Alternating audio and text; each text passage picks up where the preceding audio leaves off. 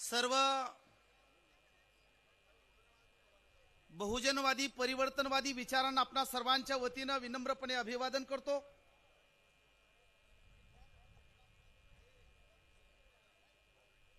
विचार मंचावरील ज्यांच्या नेतृत्वाखाली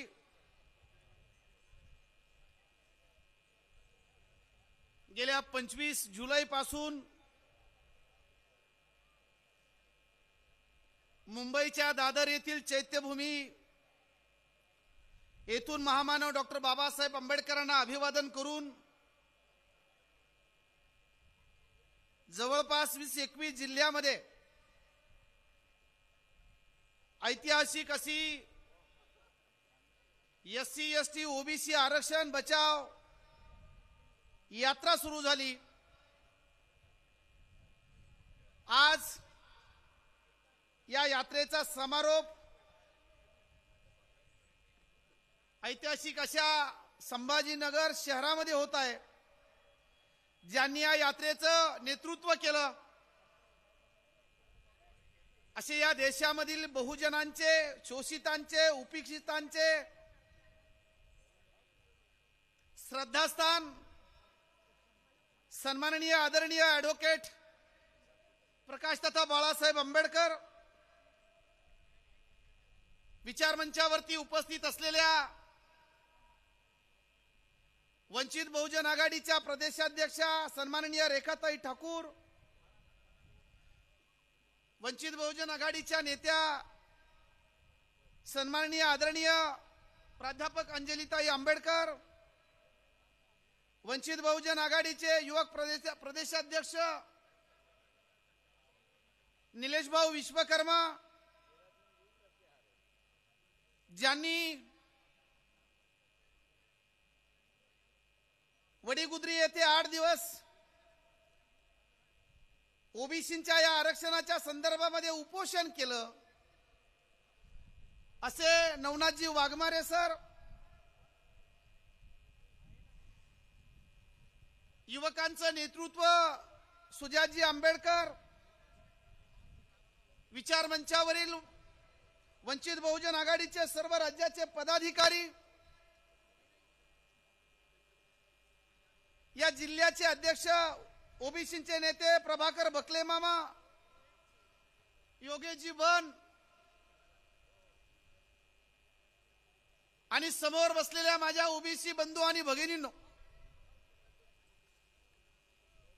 आपल्या सर्वांना ज्ञात आहे 25 तारखेपासून या आरक्षण बचाव यात्रेला आदरणीय बाळासाहेबांच्या नेतृत्वाखाली सुरुवात झाली। पावसाचे दिवस आहेत,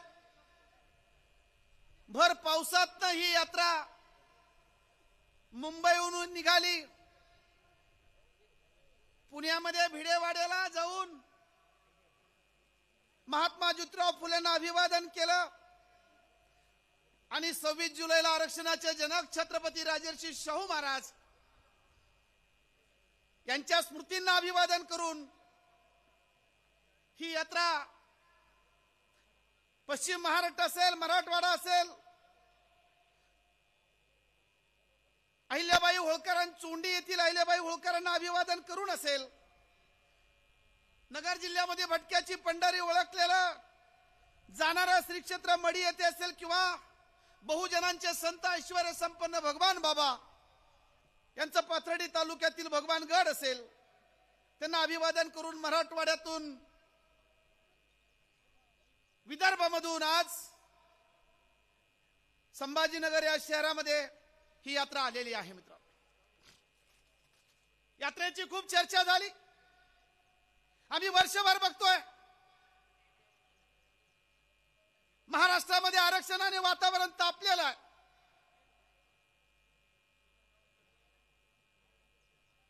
गरीब मराठ्यांचं नेतृत्व करणारे मनोज जरांगे पाटील हे गेल्या वर्षी अंतरवाली सराटीला उपोषणाला बसले। मराठा समाजाला आरक्षण मिळालं पाहिजे। त्यांची पहिली मागणी होती की मराठवाड्यामध्ये जो मराठा समाज आहे त्या मराठा समाजाला आरक्षण मिळालं पाहिजे।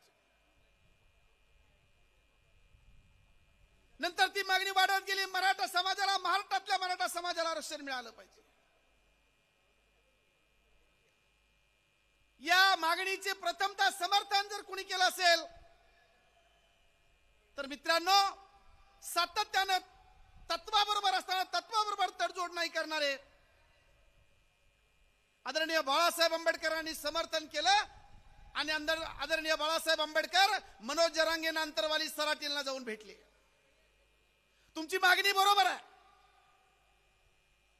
इथल्या गरीब मराठ्यांचं शोषण इथल्या प्रस्थापित आणि सरंजाम मराठ्यांनी केलं. या महाराष्ट्रातल्या सरंजामदार आणि प्रस्थापित कारखानदार मराठ्यांकडे वर्षानुवर्ष सत्ता होती. खरं म्हणजे आरक्षण देण्याची जबाबदारी त्यांच्याकडे होती. देणाऱ्यांच्या ठिकाणी ते होते, वाढप्याच्या ठिकाणी ते होते आणि आपल्याच जात बांधवांना ते देऊ शकले नाही. कुणीतरी एखादा तरुण कार्यकर्ता गरीब मराठा समाजातला मनोज जरांगे सारखा उठतो आणि आंदोलन करतो. मागणी न्याय आहे, आपण समर्थन केलं पाहिजे, पाठिंबा दिला पाहिजे. म्हणून आदरणीय बाळासाहेब आंबेडकर वंचित बहुजन आघाडीचे पदाधिकारी जाऊन भेटले आणि समर्थन दिलं. विचार केला नाही. पण नंतर हळूहळू आम्हाला माहिती आहे मराठवाड्याची मागणी महाराष्ट्रामध्ये गेली. नंतर तर महाराष्ट्रातल्या मराठ्यांना आरक्षण हे सुरुवातीला ओबीसी मधून नव्हतं, ताकद वाढत गेली. आणि मग जी मागणी होती ती मागणी आम्हाला ओबीसी मधूनच आरक्षण मिळालं पाहिजे अशा पद्धतीची असंविधानिक मागणी मनोज जरांगेच्या माध्यमातून पुढे आली. ती आजही मागणी आहे.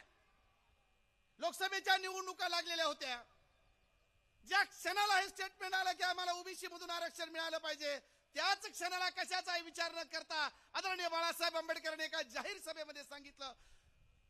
इलेक्ट्रॉनिक मीडियावरती, टीव्हीवरती बातम्या चालू होत्या की मनोज जरांगे ओबीसी मधून आरक्षण मागतात. बाळासाहेबांनी त्या क्षणाला त्या स्टेजवरती सांगितलं ओबीसीचं आरक्षण स्वतंत्र असलं पाहिजे आणि गरीब मराठ्यांचं आरक्षण स्वतंत्र असलं पाहिजे. ही भूमिका आदरणीय बाळासाहेब आंबेडकरांनी घेतली. बाकीच्या नेत्यांची भूमिका बोटचेपी भूमिका आहे.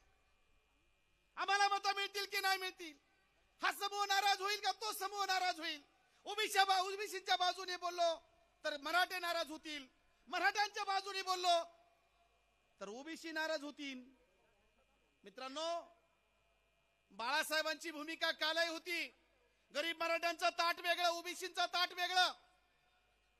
ओबीसीना आरक्षण मिळालेलं आहे, गरीब मराठ्यांना आरक्षण कसं द्यायचं हा फॉर्म्युला आमच्याकडे आहे, हे बाळासाहेब वारंवार सांगत आलेले आहे. लोकसभेच्या निवडणुकीमध्ये आम्ही बघितलं वातावरण भयभीत झालं. गावागावामध्ये दादागिरी, दहशत माजवली गेली. सुरुवातीला आम्हाला वाटत होतं मनोज जरांगे पाटील हे खरंच गरीब मराठ्यांचं नेतृत्व करतायत, हे खरंच सरंजाम मराठ्याच्या विरोधामध्ये लढतायत, हे खरंच प्रस्थापित आणि कारखानदाराच्या विरोधातली भाषा बोलतायत. हे सुरुवातीला महाराष्ट्रातल्या आमच्यासह बऱ्याच जणांना वाटत होतं. आम्हाला वाटलं लोकसभेच्या निवडणुकीमध्ये काही गरीब मराठ्याचे उमेदवार उभे करतील. मनोज जरांगे पाटलांनी निर्णय घेतला आणि शेवटच्या टप्प्यामध्ये आपला निर्णय पुन्हा माघारी घेतला आणि शांत बसले. आणि लोकसभेच्या निवडणुकीमध्ये आम्ही बघितलं गरीब मराठ्याचे प्रतिनिधी संसदेमध्ये निवडून गेले पाहिजे, ही भाषा मनोज जरांगेची आहे. गरीब मराठ्याचे प्रतिनिधी हे विधिमंडळामध्ये निवडून गेले पाहिजे, ही मागणी, ही भाषा जरांगे पाटलांची आहे. आणि लोकसभेच्या निवडणुकीमध्ये आम्ही बघितलं इथं ओबीसींना टार्गेट केलं गेलं. सगळा मराठा एका छताखाली आणला आणि ओबीसीचं नेतृत्व करणारे जे कोणी प्रतिनिधी असतील त्यांना पराभवाला सामोरं जावं लागलं. आणि शेवटी महाराष्ट्रामध्ये तुम्हाला माहिती आहे 31 खासदार मराठा समाजाचे निवडून गेले. आम्हाला आनंद झाला असता 31 नाही 35 मराठा समाजाचे खासदार जाऊ द्या, पण ते शेतावरती राबणारा पाहिजे, घाम घालणारा पाहिजे, कष्ट करणारा पाहिजे. जे 31 गेले ते सगळे कारखानदार, प्रस्थापित, सरंजामदार, ज्यांनी वर्षानुवर्ष सत्ता भोगली तेच निवडून गेले. मनोज जरांगेची खेळी वेगळी होती.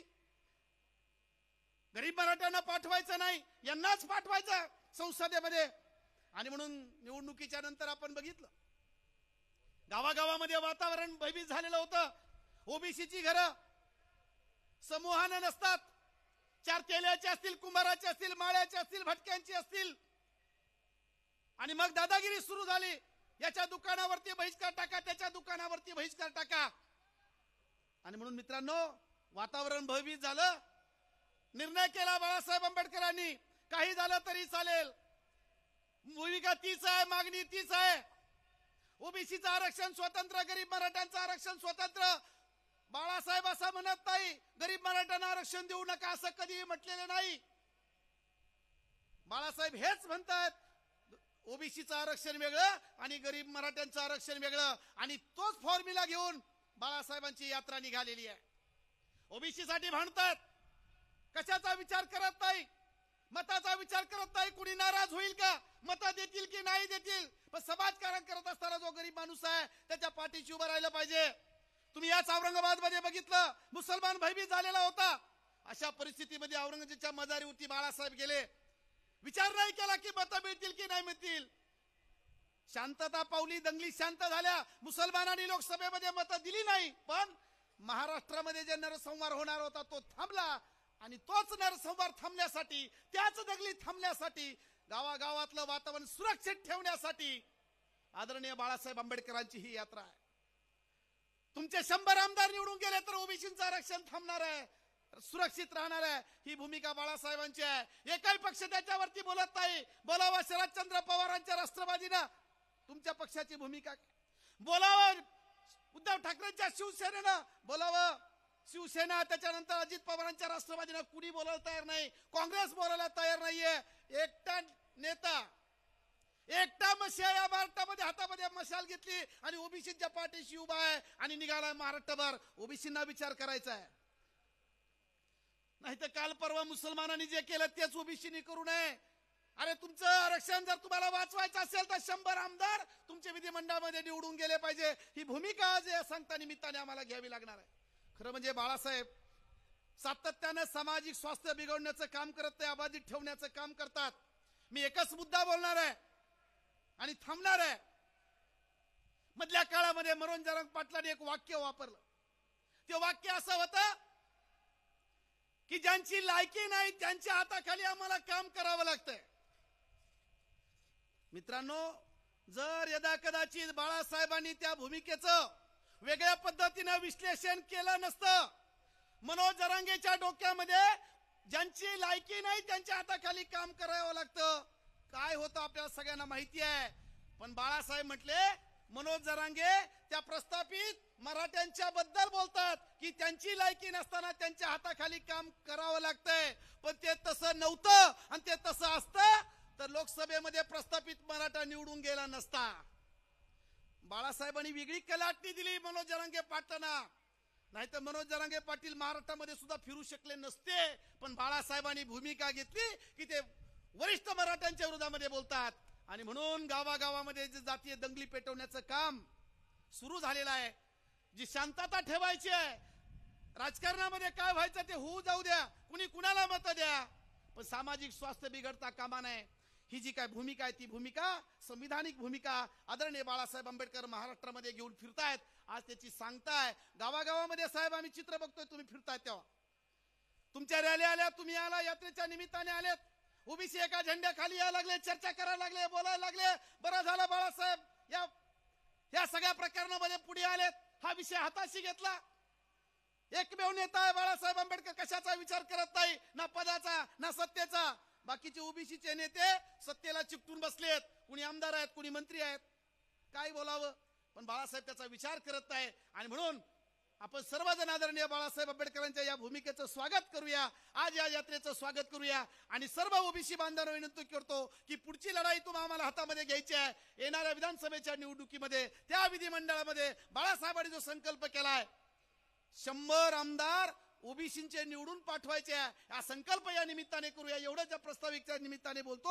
आणि पुन्हा एकदा या यात्रेचं नेतृत्व करणाऱ्या बाळासाहेब आंबेडकरांचं स्वागत करतो. या ठिकाणी थांबतो. जय भीम, जय संविधान, जय ओबीसी, जय वंचित.